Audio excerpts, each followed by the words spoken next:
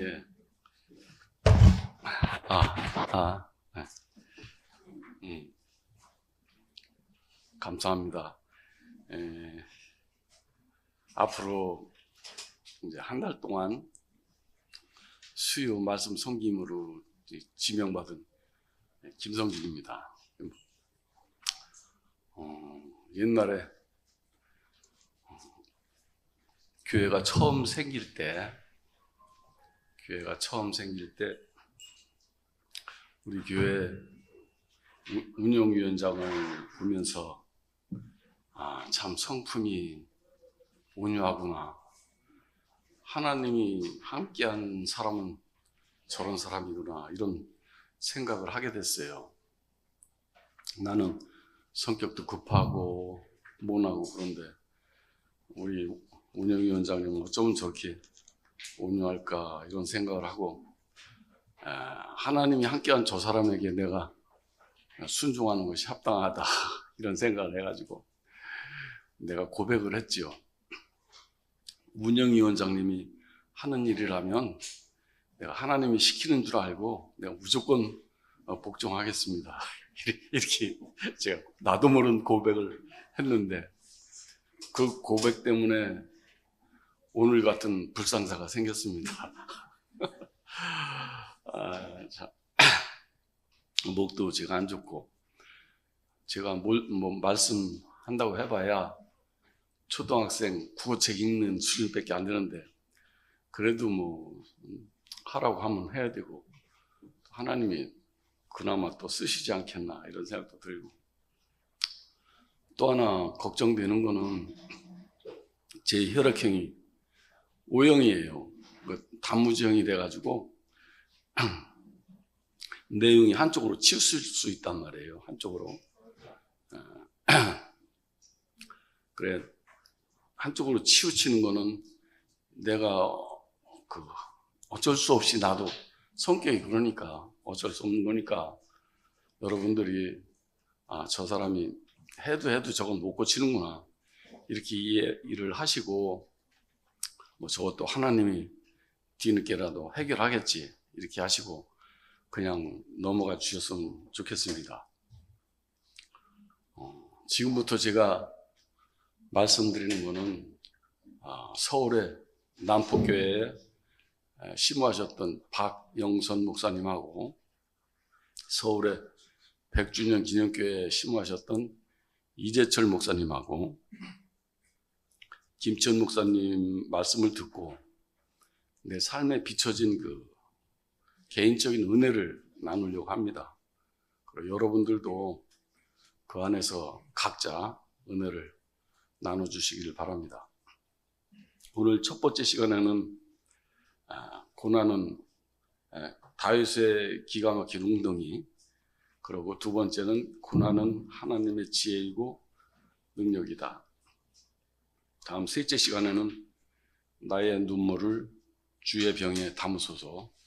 마지막 넷째 시간에는 만물 안에서 만물을 충만케 하시는 자의 충만, 이런 제목으로 말씀을 나누겠습니다.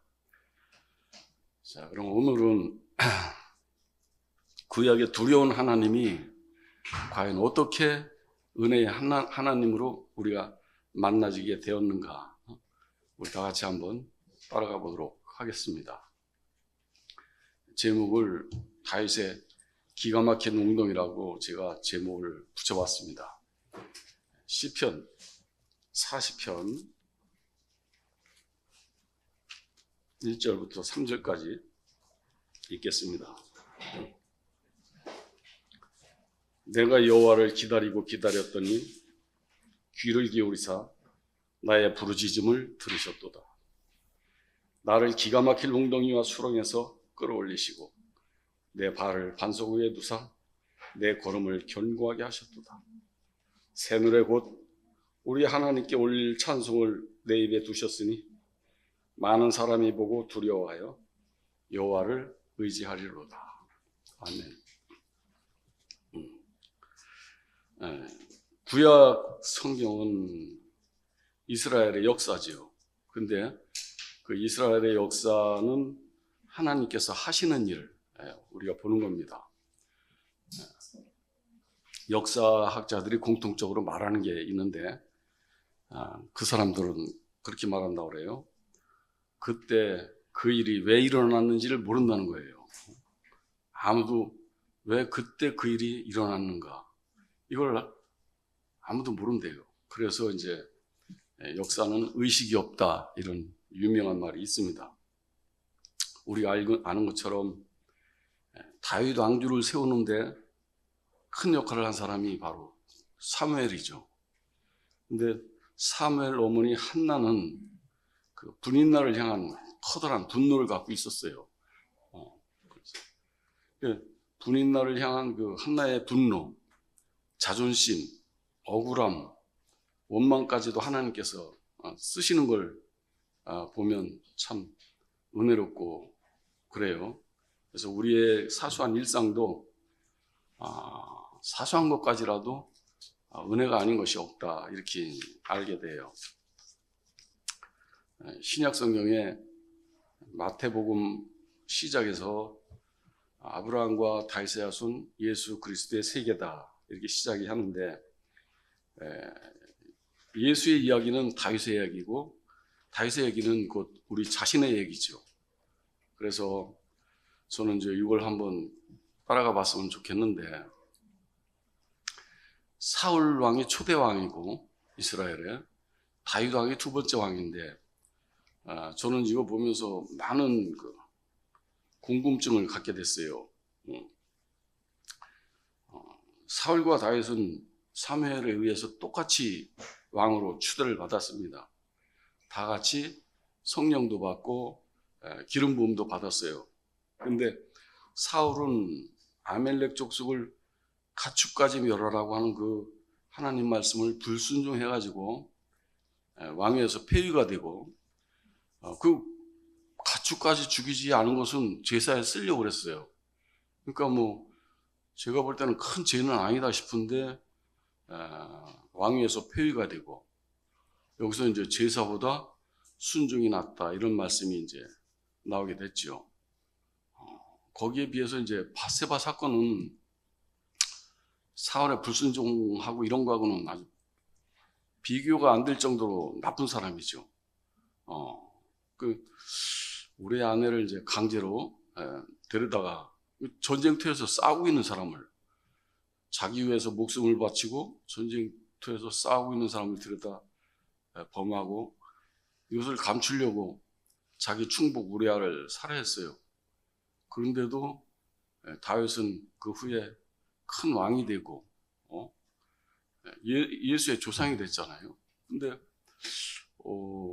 사울은 별로 큰 죄를 범한 것 같지 않은데 사울과 다윗은 어떻게 다를까? 저는 거기서 이제 고민에 빠지게 됐습니다. 사무엘 상하가 이제 다 다윗 얘기지만 사무엘 상하를 보면 다윗이 잘 나가는 건 거의 없고 거의 망하는 얘기고 다윗의 그 눈물에 쉽니다. 뭐 골리앗 얘기는 초반에 한번 나오고 그 뒤로는 한 번도 말하는 적이 없고 그래요 보니까. 근데 우리가 이 다윗의 망하는 일을 통해서 하나님은 어떻게 일을 하시고 하나님은 뭐를 만들고 계시는가? 또 하나님은 나한테 어떻게 일을 하시고 하나님은 나를 어떤 모양으로 만들고 계시는가? 이런 거를 한번 돌아봤으면 좋겠어요.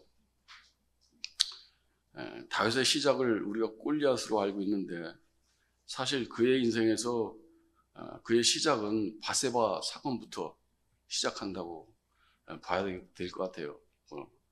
그 사무엘하 11장이 다윗과 밧세바 이야기인데 다윗은 밧세바를 범하고도 지가 뭘 잘못했는지 전혀 눈치를 채지 못합니다.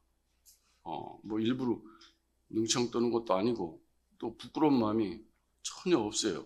근데 이제 선지자 나단이 와서 뒤늦게 이제 알게 되죠. 사무엘하 12장 1절에 보게 되면 여호와께서 나단을 다윗에게 보냈다고 기록이 돼 있어요. 이런 걸 보면 하나님께서는 다윗의 잘못을 직접 관여했다고 우리가 알 수가 있습니다. 이 내용은 우리가 다 몇 번씩 들어서 아는 내용인데, 나단이 이제 다윗한테 말하잖아요. 예를 들죠. 어느 부잣집에 손님이 왔는데, 손님을 대접하는데 자기 집에 그 심이 많은 소떼와 양떼 중에서 잡아서 대접하지 않고, 가난한 이웃의 암양 새끼 한 마리가 전 재산인, 그래서 가족처럼 한 침상에서 자고 한 잔에 마시우고, 그런 거는 아마 우리아와 밧세바와 우리아가 그 관계를 얘기하는 것 같아요. 한 침상에서 같이 자고 한 잔에 같이 마시우는 암양 새끼를 뺏어가지고 잡아서 손님을 대접했습니다. 왕이시여, 이 사람을 어찌하면 좋겠습니까? 이렇게 나단이 다윗한테 물으니까 다윗이 이제 크게 노해서, 아니 우리나라에 그런 놈이 있단 말이냐. 그래가지고 여호와의 이름으로 명하노니 맹세하노니 그 놈을 잡아다가 당장 목을 쳐라 이랬죠. 여기에서 다윗이 자기 입으로 여호와의 이름으로 맹세를 했어요. 그래서 이때 나단이 다윗한테 말하기를, 당신이 바로 그 사람이다. 당신이 바로 그 사람이다. 당신이 말한 그 사람이다. 여기서 다윗은 이제 뒤집어지죠. 여기서 이거 보면서 저는 사울이 다메섹 도상에서 천둥소리를 듣고 넘어진 것처럼 그렇게 느꼈어요. 저는 다윗은 여기서 하나님한테 굴복을 하게 되고 참 하나님을 이제 만나게 되죠. 그래서 우리가 하나님께 굴복당한다는 것은 참으로 복된 일인 것 같아요. 다윗의 이 일을 보면 이스라엘의 모든 백성이 어린아이부터 어른까지 이 다윗의 일에 대해서 아마 다 알 거예요. 마해가는 나라를 물맷돌 하나로 블레셋서부터 구하고, 사울의 핍박에도 불구하고 그를 감싸고, 하나님의 법궤를 찾아오고, 하나님한테 성전을 짓겠다 했을 때 네가 나를 돕겠다 했느냐? 어찌 네가 나를 돕겠느냐? 내가 너를 돕는 거다 이러면서 너의 왕권을 내가 영원히 하겠다, 이런 놀라운 약속까지 받게 됐어요. 근데 이렇게 잘 나갈 때 다윗의 인생의 최정성기 때 밧세바 사건이 터집니다. 난 참 이런 거 보면 정말 인생살이가 뭔가, 하나님은 어떻게 일하시나, 이런 생각을 많이 했어요. 모든 백성들의 존경을 혼자 받던 그 왕이 한순간에 그 나라의 흉악범이 돼버리고 말았어요. 그러니까 백성들은 정말 존경하고 아마 그렇게 좋아했던 그 왕이 그런 일을 했으니까 백성들이 이제 비웃고 입술을 삐죽거리고 침을 뱉고 지나가게 됐죠. 시편 22편 제가 읽어보겠습니다. 22편 6절에 보면, 나는 본래요 사람이 아니라 사람들의 비방거리요 백성의 조롱거리다. 나를 보는 자는 다 나를 비웃고 입술을 삐죽거리고 머리를 흔들며 지나간다. 14절에 가서 보면, 나는 물같이 쏟아졌으며 내 모든 뼈는 어그러지고 내 마음은 밀랍 같아서 내 속에서 녹았고, 16절에 보면, 개들이 나를 에워싸고 악한 무리가 나를 둘러 내 수죽을 찔렀나이다. 이렇게 아주 절망을 하고 있어요. 그러니까 이때 다윗의 심정은 하나님을 볼 면목도 없고 백성들을 볼 얼굴도 없고 어디도 돌아볼 데가 없는 그런 신세가 됩니다. 이렇게 정말 절망적일 때 사람은 변하는 것 같아요. 깊은 절망 속에서 자신은 영혼까지도 허물어져서 상한 심령이 되지요. 그래서 그는 눈물로 침상을 적시고 심령이 지극히 가난한 사람이 됩니다. 그래서 51장 7절, 51장 2절, 3절에 가서 보면 이제 자기 자신이 모습이 나오죠. 51장 2절, 3절에 나의 죄악을 맑게 씻으시며 나의 죄를 깨끗하게 하소서. 물은 나는 내 죄과를 내가 아오니 내 죄가 항상 내 앞에 있나이다. 기가 막힌 일이죠. 5절에 내가 죄악 중에 출생했으며, 지금 한탄을 합니다. 내가 죄악 중에서 출생하였으며 내 어머니가 죄 중에서 나를 잉태하였나이다. 그래서 7절에 우슬초로 나를 정결하게 하소서. 내가 정하리이다. 나의 죄를 씻어주소서. 내가 눈보다 희리이다. 이렇게 탄식하고 아우성을 치고 있어요. 나는 이제 보니까 내가 죄를 지어서 죄인이 아니구나. 나는 원래 죄인이었던 사람이구나.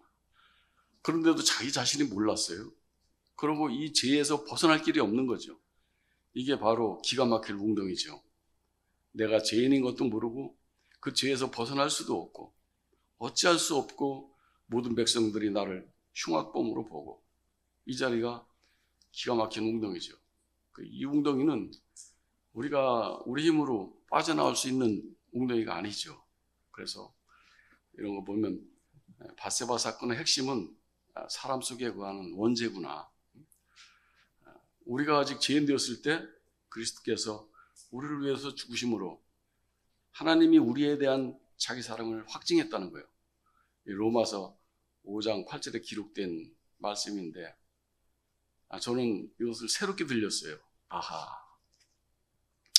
우리는 아직 죄인 되었던 사람이구나. 우리는 처음에 죄인 되었던 사람들이 우리 자신이구나. 이것이 우리의 시작이고 이것이 우리의 기초구나. 이렇게 알게 됐어요. 전번 일요일날 김치현 목사님 말씀처럼 건강한 자에게는 의사가 쓸 데가 없고 병든 자야 쓸 데가 있다. 나는 의인을 부르러 온 것이 아니고 죄인을 부르러 왔노라. 이랬어요. 예수께서 이 말씀하신 것은 다윗을 통해서 예수가 왔기 때문에 이 말을 하는 거죠. 그래서 내가 부르러 온 것은 죄인을 부르러 왔다는 그 말을 보면 주님께 받은 우리 모두는 사실은 죄인이었죠. 그러므로 전번 일요일날 누가 간증한 것처럼 교회는 선하고 착한 사람이 모인 천국이 아니고 죄인들을 불러 모았다. 이렇게 간증을 하더라고요. 아주 공감되는 그런 간증이었어요. 그러니까 우리가 예수께서 나는 죄인을 부르러 왔다라는 그 말처럼 우리 모두가 죄인이라는 걸 안다면, 우리 모두가 기초가, 우리의 기본 자리가 원래 죄인이라는 걸 안다면 교회에서는 아무런 문제가 없을 거예요. 아마 내가 그 많은 돈을 탕감받은 사람이다 이러면 은혜만 남지 않겠어요. 그래서 우리가 죄인이라는 사실을 안다면 그 사람들은 사슴처럼 서로 기대면서 살게 되겠죠. 우리 자신이 죄인이었는데 그의 은혜로 이렇게 탕감받았다는 걸 알면 그 사람한테 하나님이 함께 할 수 있고, 하나님이 은혜를 그 사람에게라야 은혜를 베풀 수 있다, 이런 생각이 들어요. 그리고 세리와 죄인과 창기가 와서 넉넉하게 쉴 수 있는 나라, 그것은 우리가 죄인 되었던 사람들, 그 사람들이라야 넉넉하게 쉴 수 있겠구나, 이런 생각. 제가 이런 말씀을 하려고 했더니만 누가 그런 말을 해요. 이런 얘기를 하면 좀 밝고 희망적인 얘기 안 하고 이렇게 절망적인 얘기하면 사람들이 다 도망갈 거라고. 그래서 저는 걱정을 했어요. 이거를 해야 되나 말해야 되나 이렇게 걱정을 했는데, 제가 걱정하면서 이런 말을 안 할 수가 없는 게, 예수는 다윗을 통해서 왔거든요. 그러니 안 할 수가 없단 말이에요. 그리고 이런 말씀으로 만들어진 사람들이 아니라면 어떻게 세리와 죄인이 와서 함께 살 수 있겠어요? 뭐 구원받았다고 펄펄 뛰는 데 가면 제가 데리고 온 그 젊은 학생 하나 있는데 그 학생 거기를 처음부터 자기 친구들인데 가지를 못하더라고. 뭐 펄펄 뛰는 데를. 마음이 뭐 여리니까 못 가더라고. 계시록 저 끝에 5장 1절부터 5절까지 가서 보게 되면 보좌에 앉으신 이가 있고 오른손에 그 두루마리 책을 들었는데 그 책이 겉으로 7개 자물통, 페이지에 7개 자물통, 14개의 자물통이 묶여 있다는 거예요. 그래서 사도 요한이 저걸 보고 저 자물통을 열어야 인생의 비밀이 풀리고 인생이 행복하고 하나님도 만족할 텐데 저걸 열을 사람이 없어서 다리를 구르면서 통곡을 했더니 뒤에서 장로 하나가 하는 말이 울지 마라 울지 마라. 유다 지파의 사자 다윗의 뿌리가 와서 저걸 열 거라는 거예요. 유다 지파의 사자. 다윗의 그 야곱의 아들 유다의 그 후손들이 와서 즉 예수를 말하는 거죠. 그러니까 유다 지파의 사자 그가 와서 이걸 풀 거니까 걱정을 하지 말라는 거예요. 그런 거 보면 그 다윗의 뿌리라고 했으니까 예수를 말할 때 다윗을 빼고는 할 수가 없는 거예요. 다윗이 근본이기 때문에. 로마서 3장 13절에 가서 한번 보겠습니다. 그들의 목구멍은 열린 무덤이요 그 혀로는 속임을 일삼고 입술에는 독사의 독이 가득하고 그 입에는 저주의 악독이 가득하고 그 발은 피 흘리는 데 빠르다. 그들의 목구멍이 열린 무덤이라고 했으니까 열린 무덤에서 나올 수 있는 것은 시체밖에 없죠. 그래서 이거 보면서 세상은 뺏어야지만 살 수 있는 거고 빼앗 거 빼앗아도 늘 부족한 것이 세상이구나. 그래서 그 이름이 야곱이 됐죠. 그래서 세상은 죄와 사망이 왕노릇한대요. 근데 하나님께서는 참 이제 다시는 너를 빼앗는 자라고 하지 마라. 너를 다시는 야곱이라고 부르지 마라. 너는 내 아들이다. 너는 내 아들이다. 너는 나와 싸워서 네가 이겼다. 이렇게 말씀을 해요. 참 이런 거 보면 너무 고맙고 은혜가 되죠. 다윗은 자신의 어머니가 죄악 중에서 자신을 잉태하고 자기 앞에는 늘 죄가 놓여있다는 것을 알게 되고 지극히 통회하는 마음이 됩니다. 이때 다윗을 기가 막힌 웅덩이에서 끌어올려서 그의 발을 반석 위에 두신 말씀이 시편 51편 16절 17절 말씀이에요. 주께서는 제사를 기뻐하지 아니하시나니 그렇지 아니하면 내가 드렸을 것이라. 주는 번제를 기뻐하지 아니하시나이다. 하나님께서 구하시는 제사는 상한 심령이라. 하나님이여 상하고 통회하는 마음을 주께서 멸시하지 아니하시리다. 제사를 기뻐하지 않으려고 하나님께서 찾는 것은 상한 심령을 찾고 있다는 거예요. 그러니까 상한 심령을 찾는다면, 죄인을 찾는다면 그것이 나에게는 너무나 참 지극히 복된 말씀이다. 이런 생각을 하게 되고 다윗이 이제 지극히 상한 심령이 되었을 때 여호와께서 귀를 기울여서 그 부르짐을 받고 듣고 그가 기가 막힌 웅덩이에서 끌어올려서 그의 발을 반석 위에 두셨어요. 그가 하나님께서 구하시는 것이 상한 심령이랍니다. 바로 납니다. 내가 상한 심령입니다. 아까 들었던 40장 6절 7절에 가서 보면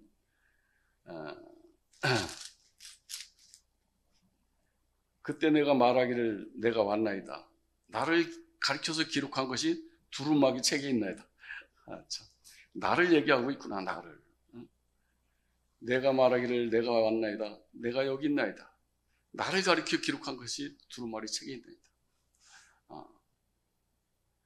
주께서 내 귀를 통해서 내게 들려주시기를 제사와 예물을 기뻐하지 아니하시고 번제와 속죄제를 요구하지 아니하신다. 그때 내가 말하기를 내가 왔나이다 내가 왔나이다. 나를 가리켜 기록한 것이 두루마리 책에 있나이다. 이렇게 고백을 하고 있어요. 나는 죄인입니다. 내 안에서 나올 수 있는 것은 오로지 죄악뿐입니다. 이런 사실을 아는 사람에게 하나님은 찾아오십니다. 디모데전서 1장 12절에 보면 모든 사람이 받을 만한 이 말이요 그리스도께서 죄인을 구하시려고 이 땅에 임하셨도다. 이렇게 기록되고 있어요. 모든 걸 이렇게 정리해서 보면 사울은 실패를 했을 때 잘잘못을 이야기하고 있고 다윗은 실패를 했을 때 은혜를 담고 있어요. 그래서 다윗의 실패와 원망은 다윗을 심령이 가난한 사람으로 만들고 그 심령이 가난한 사람을 하나님께서는 천국으로 이끌고 있어요. 다윗은 이 심령이 가난한 사람이 됐을 때 다윗은 아주 세상에서 가장 아름다운 시를 노래하고 있어요. 여호와는 나의 목자시니 내가 부족함이 없으리로다. 그가 나를 푸른 초장에 누이시며 쉴만한 물가로 인도하시는도다. 저는 이 말씀을 준비하면서 다윗이 골리앗 사건으로 그냥 끝났다면 저 같은 사람은 설 자리가 없는 사람이죠. 그런데 다윗의 실수로 인해서 우리는 역설적으로 은혜의 통로가 열리게 됐어요. 다윗이 일부러 그러려고 한 건 아니지만 하나님은 그 사람을 눈물로 이끌어서 은혜의 그릇으로 사용하고 있습니다. 이런 거 보면 사람이 견딜 수 있으면 변화되지 않는 것 같아요. 견딜 수 없을 때 사람이 변화되는 것 같아요. 바로는 죽음이 목전에 와서야 굴복을 하게 되죠. 그래서 하나님께서는 우리의 눈물을 쓸어 담아서 하나님은 자기 집을 짓고 있다 이런 생각을 하게 됩니다. 우리 어느 것 하나도 헛되게 쓰지 않고 사랑과 은혜로 덮으시는 하나님. 근데 이제 시편 40장 9절에 가서 보면 다윗은 이 기쁜 소식 때문에 어찌할 줄을 모르고 기뻐해요. 이 기쁜 소식을 대화 중에서 내가 모든 대화 중에서 전하겠습니다. 이 모든 대화 중에서 전하는 것은 내가 너무 기뻐서 하나님께서 구하시는 것은 제사와 예물이 아니고 상한 심령인 이 사람입니다. 나 자신입니다. 하나님께서 죄인을 찾는다면 내가 여기 있습니다. 난 죄인입니다. 그러면서 시편 40장 9절에 이게 이제 마침표가 되는 고백이에요. 여호와여 이 기쁜 소식을 전하는 내 입술을 닫지 아니할 줄을 주께서 아시나이다. 누가 이 기쁜 소식을 전하는 내 입술을 닫으리요. 이 기가 막힌 찬송입니다. 모든 백성들이 나를 흉악범으로 알고 나를 눈을 긁히고 침을 뱉고 지나가는데 하나님께서 나를 찾는다 하니까 이 기쁜 소식을 전하는데 누가 내 입술을 닫겠는가. 이렇게 노래하고 있어요. 하나님은 제사와 제물을 구하지 않고 상한 심령을 원한다. 그런 거 보면 하나님은 심판관이 아니고 우리를 사랑의 그릇으로 만들고 있어요. 우리 모두가 이거 알았으면 좋겠어요. 다윗의 실패는 구약 성경의 피비린내 나는 장소에서만 만날 수 있었던 하나님을 오늘날 은혜가 내려오는 물길로 만들어 놨다는 생각이 들어요. 어떤 것도 버리지 않고 나를 귀하게 여기시는 여호와 하나님, 내 분량이 적어도 버리지 않고 내 실수도 버리지 않고 내 눈물이 그런 거 보면 당신의 책에 기록되는구나. 지금 이 시간에도 나의 눈물은 당신의 책에 기록되는구나. 하나님 하시는 일에는 실패가 없고 우리의 실패도 쓰고 절망도 쓰기 때문에 우리는 실패할 수도 없고 도망갈 수도 없어요. 왜냐하면 우리가 하나님을 사랑한 게 아니고 그분이 우리를 사랑하시기 때문입니다. 그래서 우리는 우리의 모든 판단을 넉넉하게 주님께 맡길 수 있는 것 같아요. 우리를 은혜의 쟁반 위에 올려놓으신 그 하나님께 감사를 드립니다. 감사합니다. 기도하겠습니다. 은혜로우신 아버지 하나님 참으로 감사합니다. 우리는 늘 땀을 흘리고 서로 찌르고 찔리면서 그렇게 힘겹게 살아왔습니다. 뭐가 잘못됐는지도 모르고 잘못된 걸 안다고 해도 그것을 헤쳐나갈 힘이 없었습니다. 돌이킬 방법도 모르고 힘도 없고 우리의 치질을 아시고 은혜의 물길을 열어놓으신 아버지 하나님, 우리가 다만 먼지뿐임을 기억하시고 우리를 사랑의 물길을 열어놓고 은혜의 물길을 열어놓고 우리를 당신의 은혜의 쟁반 위에 올려놓으신 아버지께 감사를 드립니다. 예수님의 이름으로 기도합니다. 아멘.